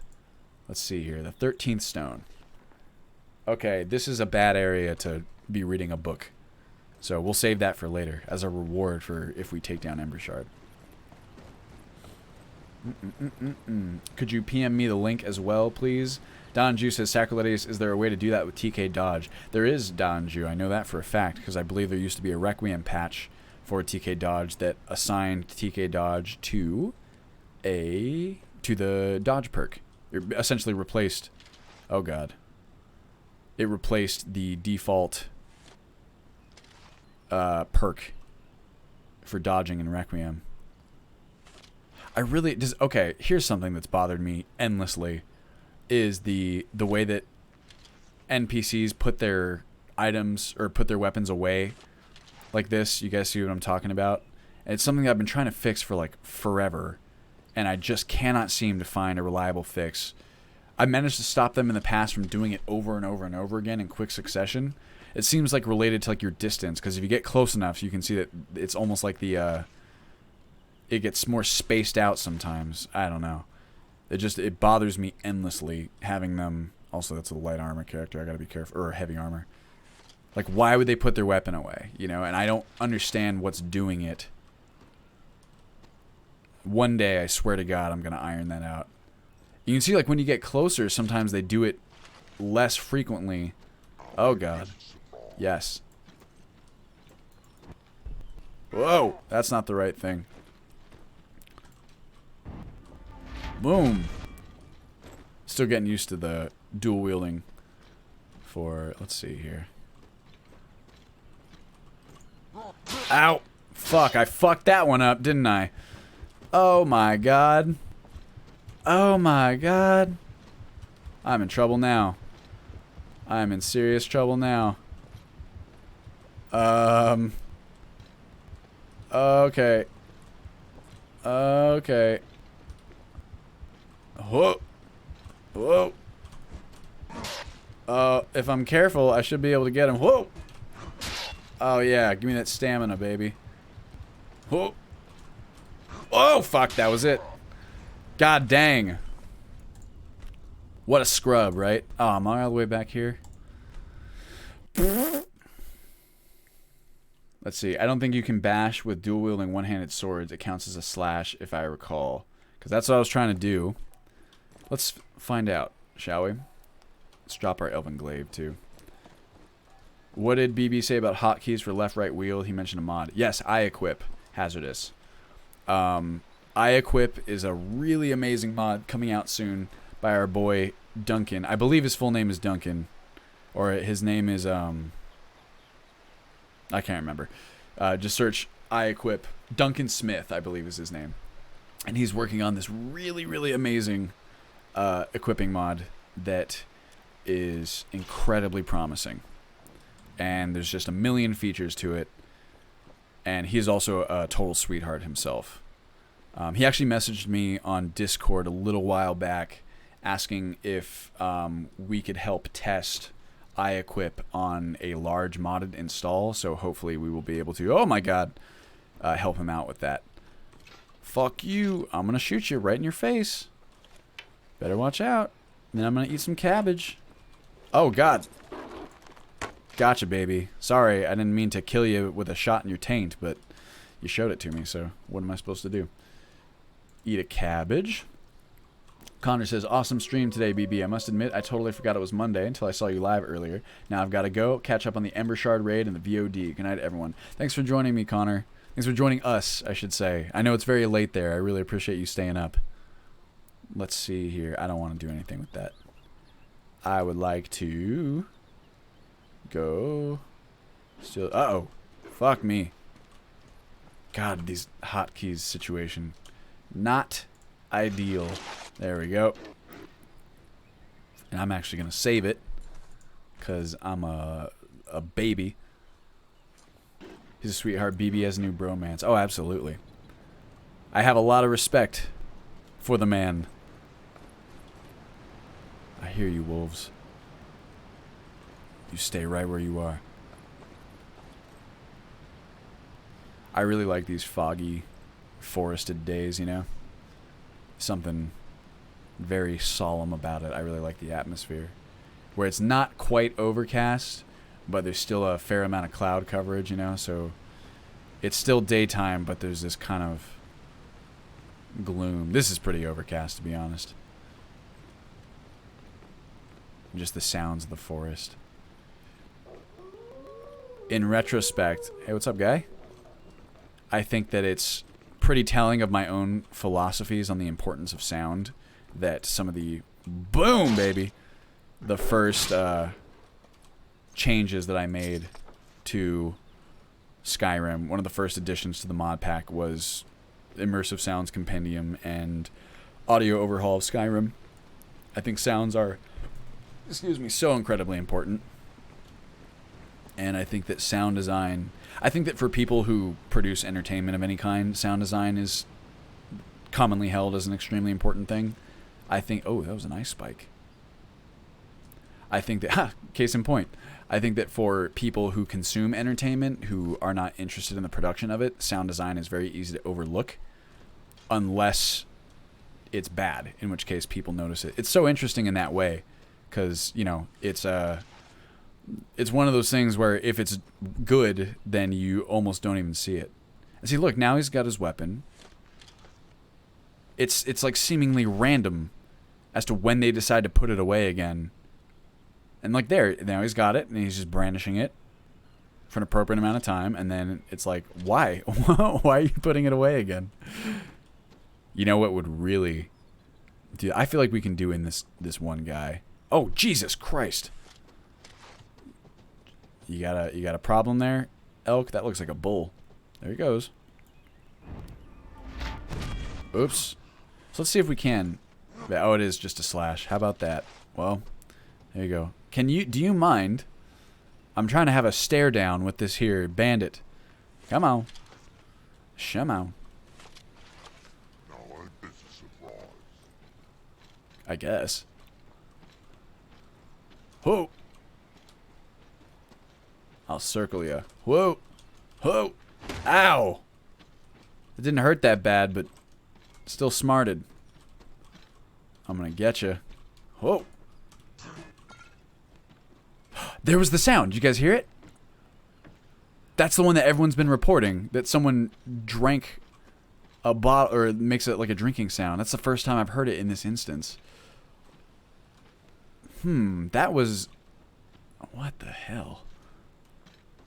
I'm trying to think of the context in which that sound would play. I know that there's a battle going on over there, and it could have been one of those NPCs, and the sound itself could be edited improperly in terms of distances and how it sounds at a distance. But that, to me, sounded more like a... Oi! Uh-oh. I lost my... Sounded to me more like a, an improper sound trigger. What the hell? I know that BG created a fix that changes the circumstance under which the sound is allowed to play, so that if you're in combat or if you're sprinting, it won't play anymore, which I do think is a serviceable fix. But I am admittedly more curious to see why that sound is suddenly playing all the time to begin with. I'm gonna get you. Oh, fuck you. Oh. You see that? He bashed me when I tried to do my power attack. And then I almost got fucking nailed by a follow-up power attack. That would have been... If it didn't kill me, it would have been close.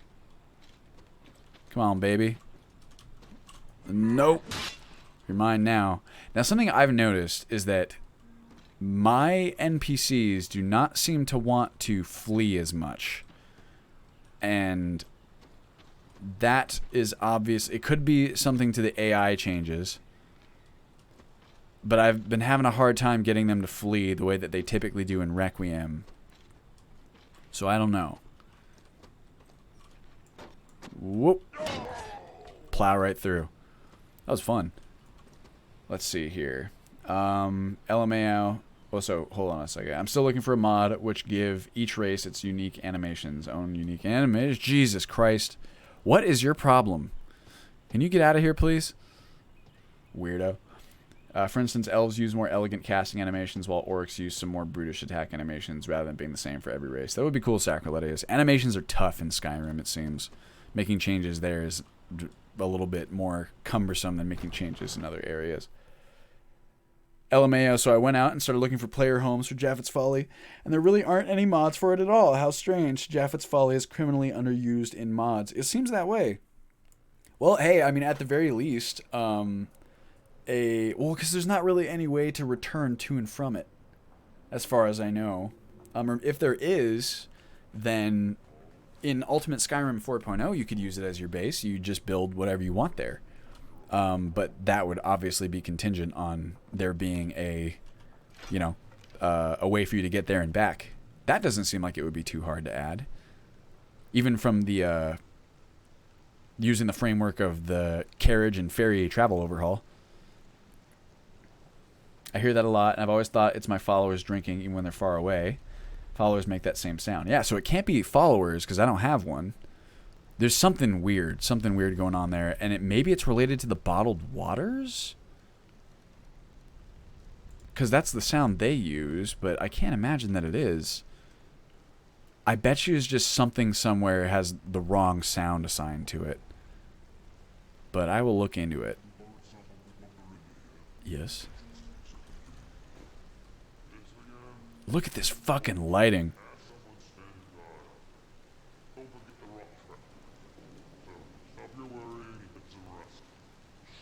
This sucks. They're both heavy armor. Skyforge steel.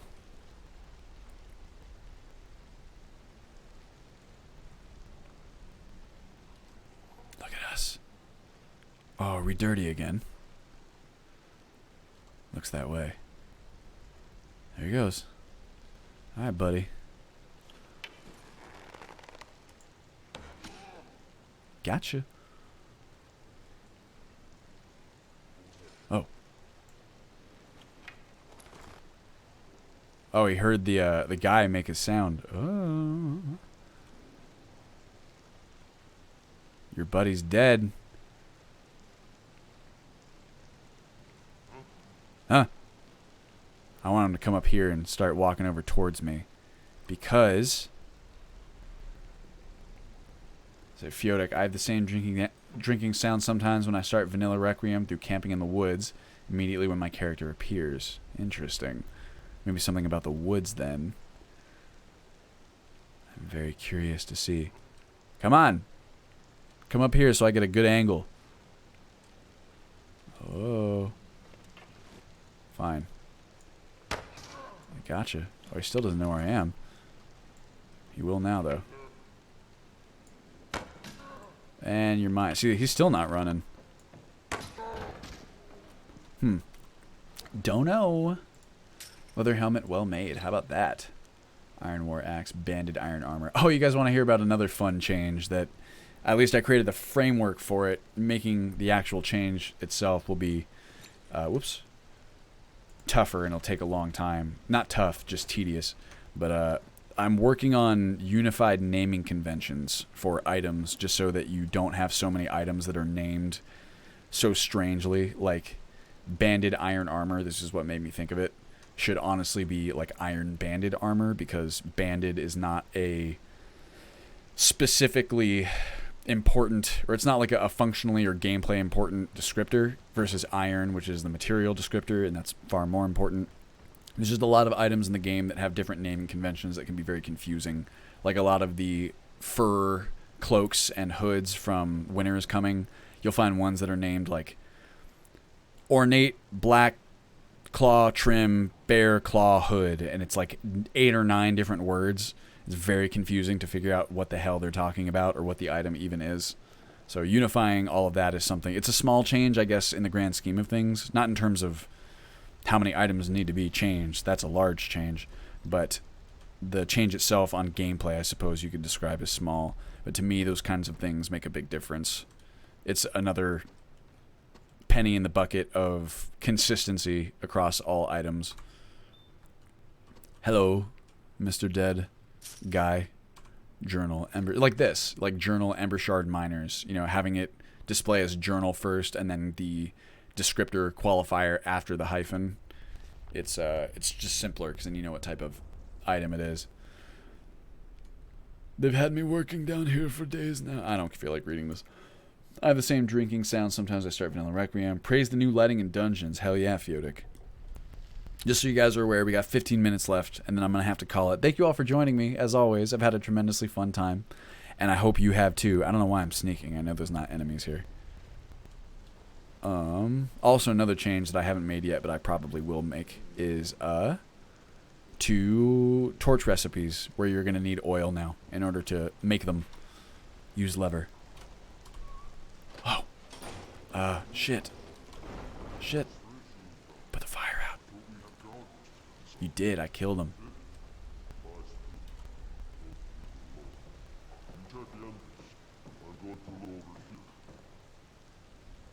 So that guy, full heavy armor, it seems.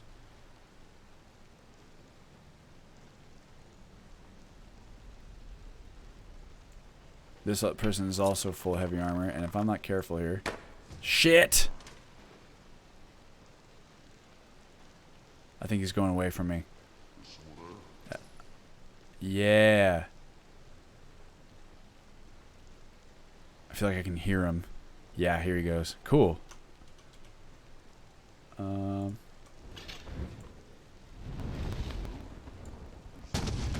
ought to do it. Haha! Alright.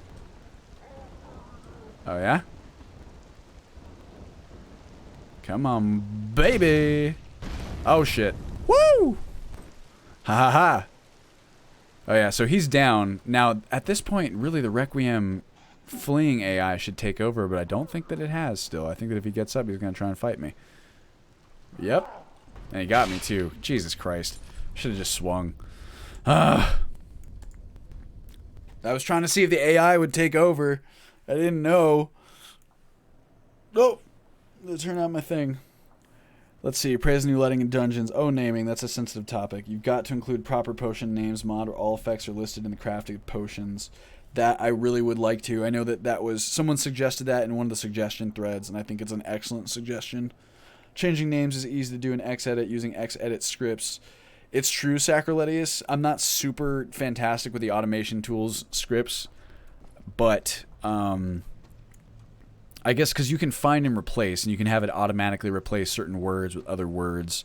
I suppose for me, the tricky part is wrapping my head around exactly how I'd automate it for different items across the board. I need to take a look at how they're structured again. I don't use the automation tools very often. I probably do a few things painfully slow by many modders' standards. I don't know. Doing things by hand is just something that I've always done because I feel like it gives me a very solid, well, one, because I also don't know any better ways, but also just because I get a lot more specific knowledge about how things are set up. Even sometimes, like when I'm going through and changing the names on items, for example, I'll see something else about the item or the record that I'll file away in my mind that will end up being useful at a different point. So I kind of like it for that reason. Hey Harmony, how you doing?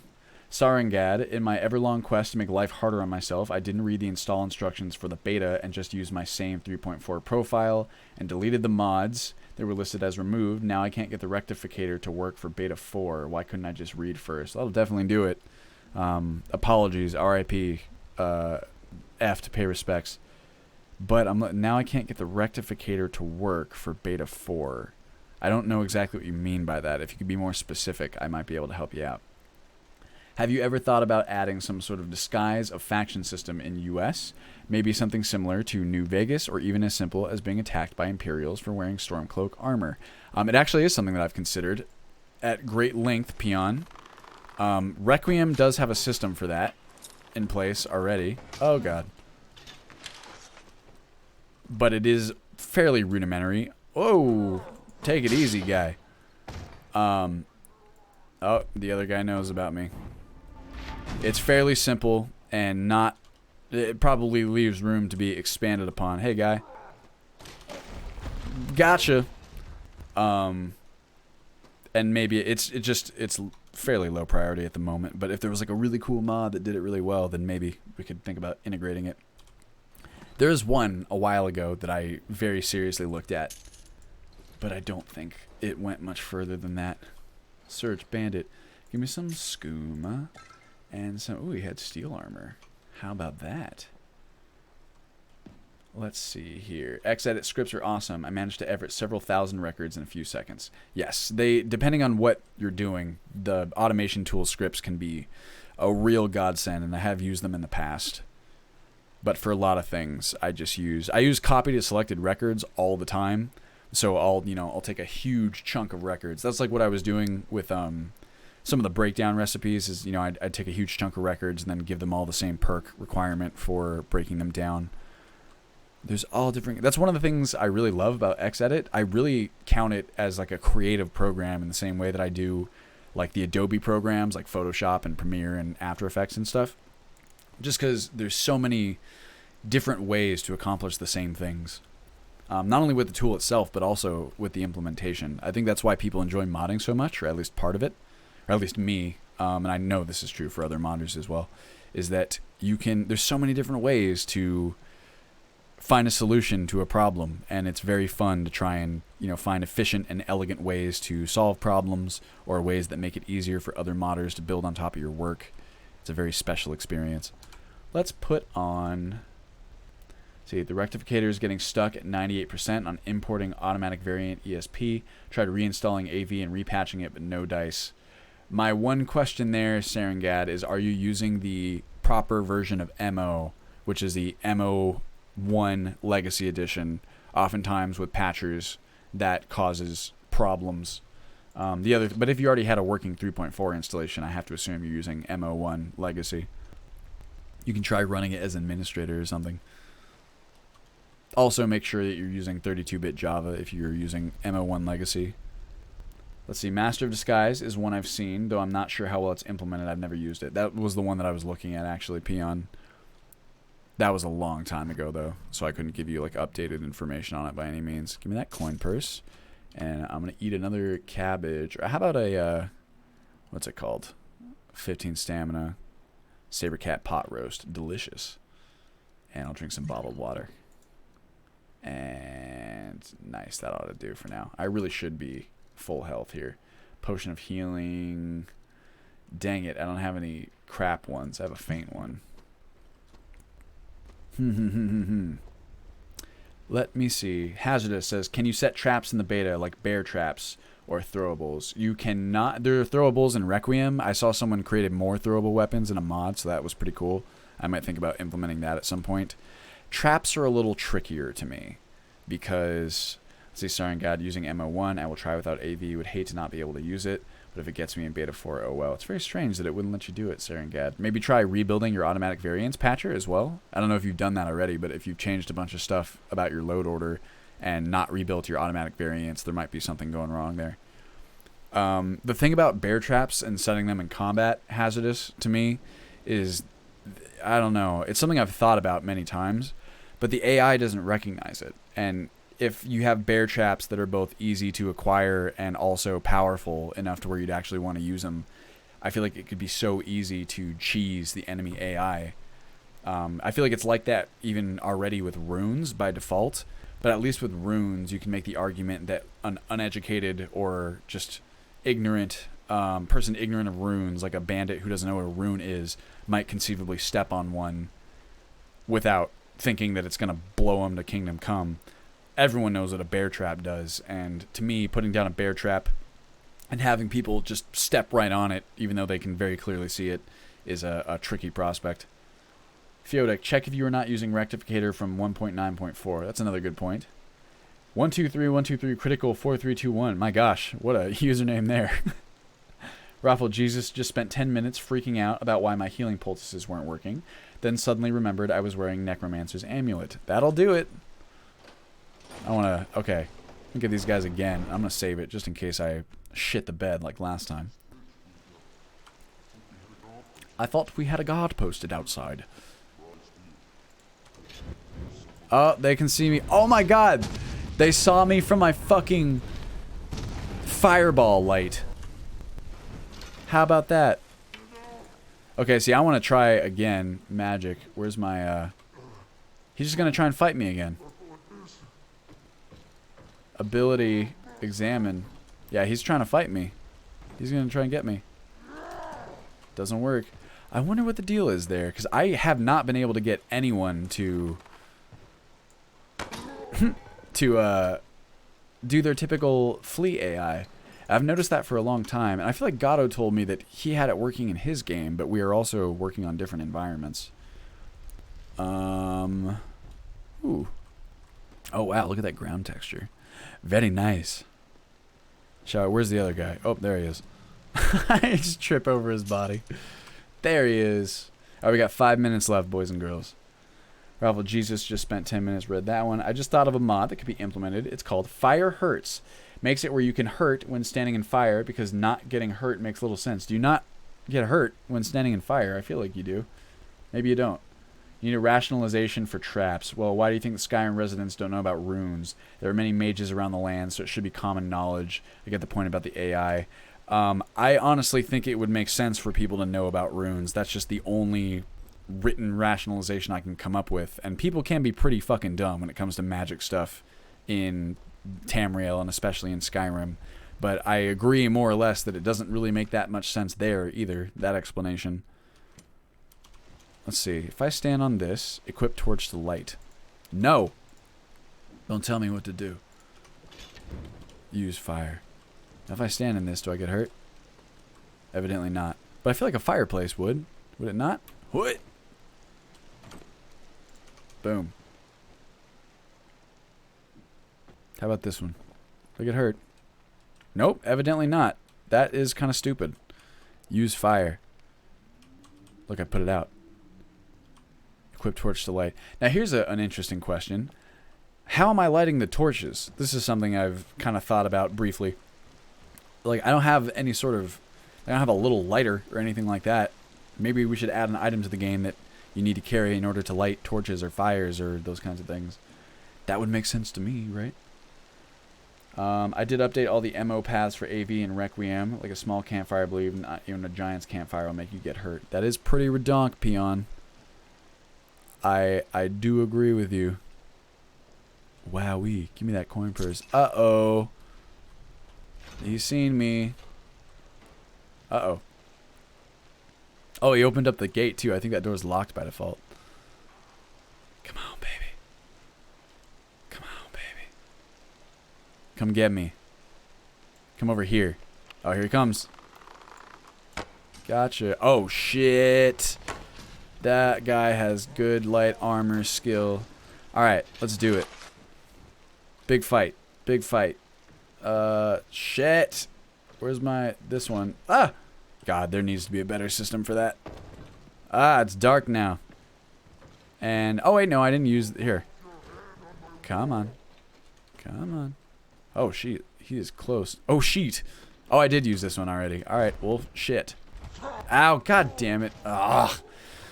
Well, there you go. That's how to beat enemies. Garnet. Just have him trip over a rock and die. I'm lucky the same thing didn't happen to me. Whoa. Excuse me. Wait, so you're saying Bethesda included runes but didn't implement any AI to recognize them? That is exactly what I'm saying. And it is... at least I believe that is the case. It's been a while since I used runes with any frequency, so I could be wrong, but I'm pretty sure that's true. Clairvoyance spell. I should remove that book. Because clairvoyance is a dumb spell. It's for babies and casuals. Hacks. BB, that was cheese and you know it. It absolutely was cheese. I didn't mean to do that. I just forgot that I had already used that trap. I meant to go over there and use the trap legitimately. And yet, it happened as it happened. Oh shit, did I not get the key from that guy? Did he have it? Am I crazy? Where's the Ember Shard Mine key? I must be crazy because he opened up this one. Was the key really not on his corpse? I'm going to run back and check. We only have like a minute left anyway. Here we go. I need a torch. No. Dun, dun, dun, dun, dun. Was it you? Ember Shard Mine Key. How did I not pick that up? Rook move. Talk about casual, am I right? Oh, yeah. Let's go see. That'll be a good way to end this episode. Let's check out this fucking boss chest. See what kind of loot we got waiting for us. Examine lock. Uh-oh. I thought I heard a trap trigger. Ancient text. Fascinating dagger. Potion of healing and 87 septims. Definitely not the best, but not the worst. I'll take it. Alright, boys and girls. I think that'll be a good time to call it. Sacroleus, a rune, and bear trap is a mesh, right? So in theory, you could script it to spawn as a nav cut block on top of them, which makes the enemy AI ignore them. Yeah, but in that instance, if you literally make those not detectable as part of the nav mesh, then you've now created the opposite problem where instead of stepping on them all the time, enemies will step on them none of the time. And at that point, it's like, well, then what's the purpose of the thing anymore, you know? Hazardous. Ideally, you would have a trap skill where higher levels would make your traps less detectable. Thank you, Saringad, for the describe. I guess so. That's one way of implementing it. Do you have a trap skill where higher levels make your traps less detectable? I mean, you could kind of implement like a, let's say that Sacroleus' thing, right? Where the bear trap, or in fact, that actually might be a not terrible way to implement traps in this game, is you do what Sacroleus is saying, where you take the mesh for the bear trap and the runes, and you make it so that it can be nav cut. Well, this would be very tricky, because if the nav cut mesh, it would have to be built into the mesh itself. I was going to say, it would be cool if your trap skill, right, like had some percentage chance that the enemy would not detect it. So essentially, you're taking like an RNG chance of whether or not the enemy steps on your trap or doesn't. The question of implementation is difficult, though, because if you have, and like keep in mind also, I'm not saying that whole RNG, like if you get the if you pass the check, then they step on your trap. If you don't, then they don't. That's not the most engaging system for traps by any means, like in a game, but it's better than the current implementation for sure. And it would at least allow you to add them to the game without making them either totally useless or somewhat overpowered. But implementing that would be at least a little bit trickier, because if you created the mesh, if you edited the mesh to be nav cut, I don't think that's some sort of condition that you can edit. That would make it impossible to add that RNG element, because if it's built into the mesh, they'll just never step on it ever. But maybe there's a way. I don't know.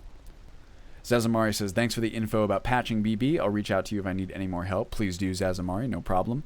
Hazardous. Maybe it would depend on enemy level 2. Absolutely. You'd want multiple factors in there. And then you could also have the skill up improve the damage with traps and maybe how detectable they are. Or you can have like a little mini skill tree where it's like, take this one and your traps are less detectable. Take this one and they do more damage. Or you can put down more at one time.